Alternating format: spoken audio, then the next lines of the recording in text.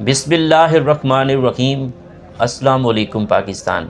नाजरीन, आप देख रहे हैं आवाज़ बहावलपुर न्यूज़ चैनल और मैं हूं आपका मेज़बान अहमद महमूद। नाजरीन, जैसा कि आप सब जानते हैं कि हम आप लोगों के लिए आज की शख्सियत प्रोग्राम लेकर आया करते हैं। आज मैं हारूनाबाद में मौजूद हूँ। आज मैं आपको जिस शख्सियत का तारुफ़ करवाने जा रहा हूँ, आप किसी तारुफ़ के मोहताज नहीं हैं। सीनियर कानूनदान हमारे साथ मौजूद हैं। हमारे साथ मौजूद हैं अब्दुल खालिक चौधरी साहब, एडवोकेट हाई कोर्ट, उम्मीदवार MPA हल्का PP 241।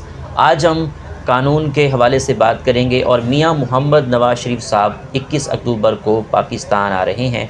उनकी क्या तैयारियां चल रही हैं हारूनाबाद और कितने लोग यहां से जाएंगे, क्या प्रोग्राम है। तो आइए अब्दुल खालिक चौधरी साहब से बात करते हैं, मुलाकात करते हैं। अस्सलाम वालेकुम सर। वालेकुम अस्सलाम। सर कैसे हैं आप? अल्लाह का शुक्र। सबसे पहले हम आपको हारूनाबाद में खुश आमदीद कहते हैं। सर बहुत शुक्रिया।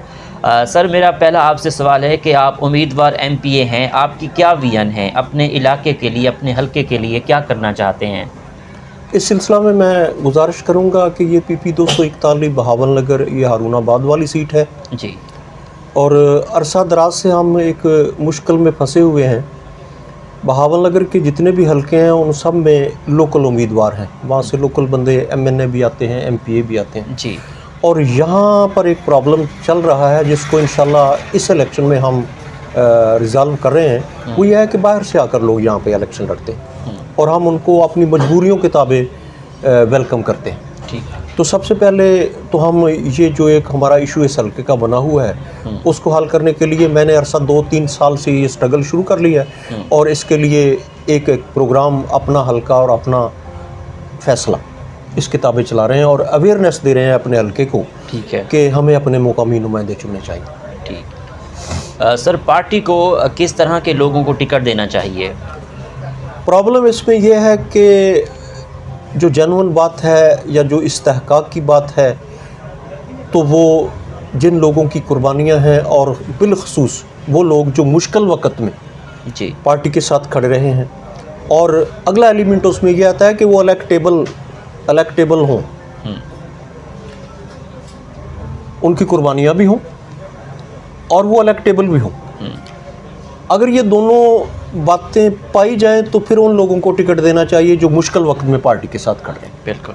अब प्रॉब्लम यह है कि पार्टी में जब इलेक्शन का वक्त आता है तो ये स्काई लैब्स या दूसरी पार्टियों को छोड़कर आने वाले हजरात वो आ जाते हैं और पार्टियां उनको प्रेफर करती हैं और उन लोगों का इस्तेहकाक मजरूह होता है जो अरसा दराज से पार्टियों के साथ चले आ रहे होते हैं और पार्टियों के लिए कुर्बानियाँ दे रहे होते हैं। तो इसमें मेरा विजन ये है कि ठीक है, आप उन लोगों को भी अकोमोडेट करें लेकिन उन लोगों को यकसर नज़रअंदाज ना करें जो पार्टी के साथ चले आ रहे हैं और मुश्किल वक्त में पार्टी के साथ खड़े रहें। ठीक। साबिक वज़ीर आज़म इस्लामी जमहूरिया पाकिस्तान मियां मोहम्मद नवाज शरीफ साहब 21 अक्टूबर को लाहौर में आ रहे हैं, पाकिस्तान आ रहे हैं। तो हारूनाबाद से आपकी क्या तैयारियां हैं? इसमें मैं गुजारिश करूं कि हारूनाबाद पाकिस्तान का और पंजाब का वो वाहिद हल्का है जहां से हर मुश्किल वक्त में जब भी पार्टी ने कॉल दी है जौक दर जौक लोग पहुँचे। और उसमें मैं 2 मिसालें दूंगा। जब मियां साहब को डिपोर्ट किया गया तो मैं उस वक्त यहाँ से कम एक 100 बंदा लेकर इस्लामाबाद पहुँचा और उसके बाद मियां शहबाज शरीफ साहब जब लाहौर आए उनको डिपोर्ट किया गया। तो इसी सूरत में हम एक जज्बे के साथ लाहौर भी पहुँचे। मज़ामत भी हुई, गिरफ्तारियाँ भी हुई, लोग ज़ख्मी भी हुए। तो अब भी वही जज्बा पाया जाता है और कौम की उम्मीदें इस वक्त मियां नवाज शरीफ पर लगी हुई। मियां मोहम्मद नवाज शरीफ के बारे में आपके क्या अल्फाज हैं? मियां नवाज शरीफ साहब पाकिस्तान के वो वाहिद लीडर हैं। अगर आप माजी में थोड़ा सा झांकें तो पाकिस्तान में जितनी भी तरक्की हुई है हर हवाले से, मोटरवे के हवाले से, डैम बनने के हवाले से, बेरोज़गारी के ख़ात्मे के हवाले से और महंगाई के ख़ात्मे के हवाले से जी, तो मियां नवाज शरीफ साहब के ही दौर में और पाकिस्तान को बतौर एटमी कुव्वत मियां मोहम्मद नवाज शरीफ साहब ने ही इंट्रोड्यूस कराया है पूरी दुनिया में। ठीक। मोहतरमा मरियम नवाज़ की लीडरशिप को आप किस तरह देखते हैं?